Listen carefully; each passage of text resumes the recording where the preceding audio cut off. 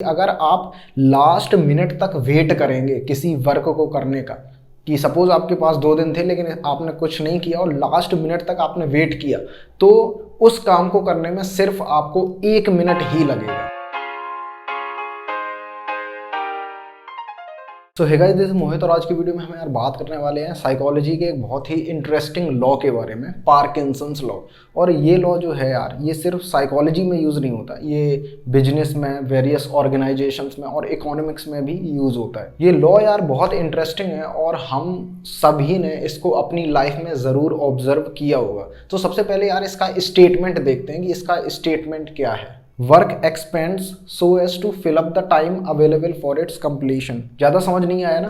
तो यार अब हम डिराइव्ड स्टेटमेंट्स देखते हैं। इस स्टेटमेंट से कुछ डिराइव्ड स्टेटमेंट्स हैं जो इस स्टेटमेंट को बहुत अच्छे से समझाते हैं। तो उन स्टेटमेंट्स को देखते हैं। Work complicates to fill the available time, work contracts to fill the time we give it. If you wait until the last minute, it only takes a minute to do the work. तो यार इन statements को सुनकर हमें यार थोड़ी थोड़ी feel आ गई होगी कि पार्किंसंस लॉ है क्या। ये यार बड़ा इंटरेस्टिंग लॉ है और ये बताता है कि जो यार वर्क होता है ना और जो अवेलेबल टाइम होता है उसमें एक रिलेशनशिप क्रिएट करता है कि मान लो अगर आपको एक वर्क करने के लिए 2 दिन दिए गए हैं, तो वो जो वर्क है ना, वो चाहे छोटा हो, स्टिल वो वर्क यार अपने आप को एक्सपेंड कर लेगा और आप उस वर्क को 2 दिन में ही कर पाएंगे, क्योंकि यार वो एक साइकोलॉजिकल थिंग हो जाती है कि भाई आपको वो वर्क दिया गया है 2 दिन में करने को, तो आप उस वर्क को 2 दिन में ही करेंगे। उसी तरह से यार इसका अपोजिट भी ट्रू है। सपोज अगर कोई बड़ा काम है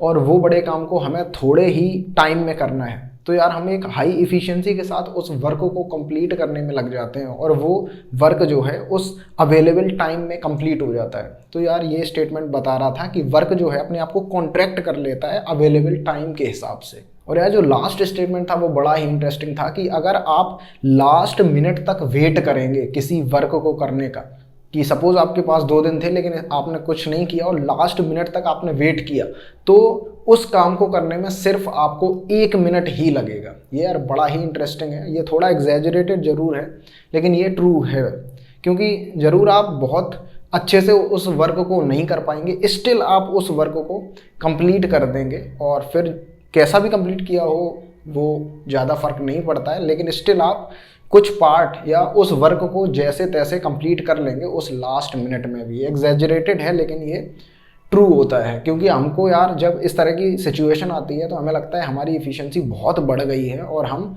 उस काम को जैसे तैसे एक कम टाइम में भी कर ले जाते हैं। इसको यार कुछ रियल लाइफ एग्जाम्पल से समझते हैं जो हमने ऑब्जर्व किए हैं। तो सपोज यार कभी हमें असाइनमेंट्स मिलते हैं हमारे कॉलेज से और उन असाइनमेंट्स को हमें कंप्लीट करना रहता है। तो यार हम लोग ज़्यादातर, मतलब मोस्ट ऑफ द जो पीपल हैं, वो लास्ट डे तक का इंतज़ार करते हैं। वो शुरू से उस असाइनमेंट को या उस वर्क को नहीं करते हैं। इवन एग्ज़ाम्स की तैयारी में भी लास्ट टाइम का ही वेट करते हैं।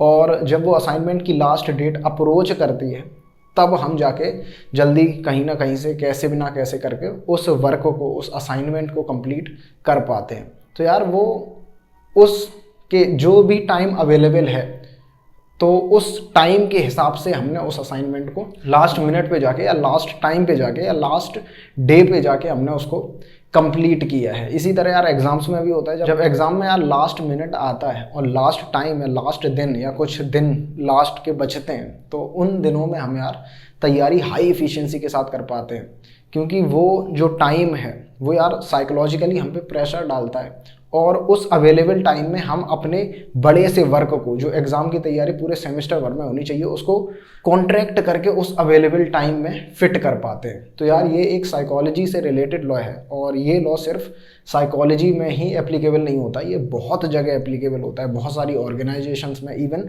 सिविल सेक्टर में, पब्लिक सेक्टर में भी इस लॉ को अप्लाई कर सकते हैं। इसमें मैथमेटिकल फार्मूलाज वगैरह भी होते हैं, तो उतना डिटेल में नहीं जाएंगे यार। तो आई होप ये इस लॉ का बेसिक फॉर्म, बेसिक वर्जन हमें समझ में आया होगा। अगर यार वीडियो अच्छी लगी हो तो लाइक कर दो और चैनल को भी सब्सक्राइब करने का कष्ट करें।